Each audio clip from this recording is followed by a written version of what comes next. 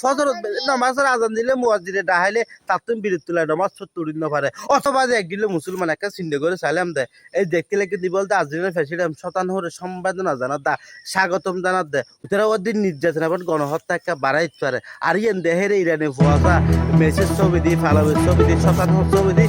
কুট খেলার আর আমরা বাংলাদেশের মুসলমান হলে কি করে বদিনে জায়গা পাইছি ইতারা পতাকা টাঙেন মেলকে মেল আর জন এই যে দেখতে লেগে দিবে জার্মানি পতাকা এই যে বদিনে মানে কি জায়গা সম্পত্তি পেয়েছি এরা আর জনে বউরে কিস্তুর তুলি দিয়ে দেখা চিন্তা করি হইলেব ঝাড়া জোতা লেগে এরা একা করে মিয়ামানদের গড়িতে ফেললেও না আর বড় বার্তায় মোরও মস্য তোমরা নিজেকে গড়লে ভালো থেকে লাভবান হবে কি ভাই এ সমস্ত কিনে হায় রে মুসলমান হোয়াল ফোরা কি হয় ওনারা আসলে নুনলে একেবারে সরম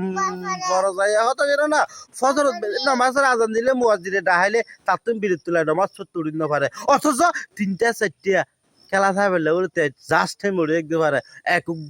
মুহূর্তে 1 সেকেন্ড সে মিল দেয় বহুত বড় হোয়াল ফোরা আল্লাহ বেগুনা হেদায়েত দক এবং বুঝিবার তৌফিক দক কেন ওনারা আইন যদি নইলে আবারও জানাই দুনিয়া বা না কিনা তা তোর আল্লাহ তাও একেবারে সরম বড় যাই হতাশা আবন